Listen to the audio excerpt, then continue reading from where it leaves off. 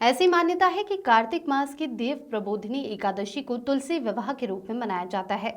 इस दिन शालिग्राम और तुलसी जी का विवाह कराकर पुण्यात्मा लोग कन्यादान का फल प्राप्त करते हैं।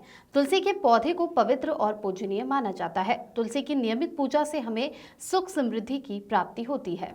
दीपावली के बाद कार्तिक महीने के शुक्ल पक्ष में देवउठनी एकादशी मनाई जाती है। इस दिन तुलसी तथा शालिग्राम जी का विवाह करवाया जाता है। शालिग्राम विष्णु जी के प्रतिरूप है, वहीं तुलसी विष्णु प्रिया है। देवउठनी के दिन मान्यता है कि इस दिन भगवान विष्णु 4 महीने की निद्रा से जागते हैं।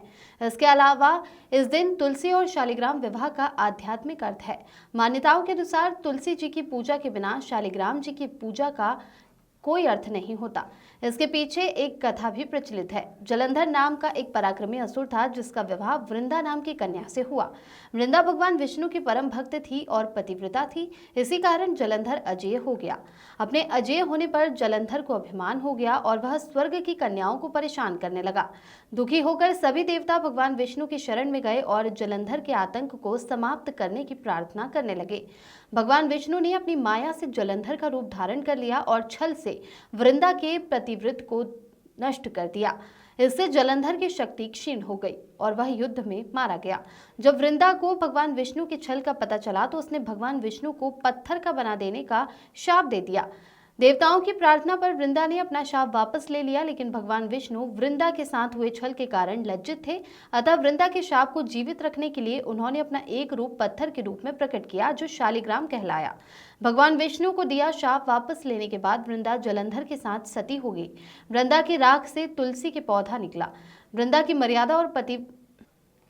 मर्यादा और पवित्रता को बनाए रखने के लिए देवताओं ने भगवान विष्णु के शालिग्राम रूप का विवाह तुलसी से कराया। इसी घटना को याद रखने के लिए प्रतिवर्ष कार्तिक शुक्ल एकादशी यानी देव प्रबोधिनी एकादशी के दिन तुलसी का विवाह शालिग्राम के साथ कराया जाता है।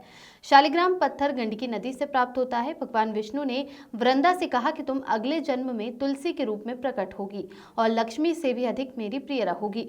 तुम्हारा स्थान मेरे शीश पर होगा। मैं तुम्हारे बिना भोजन ग्रहण नहीं करूंगा।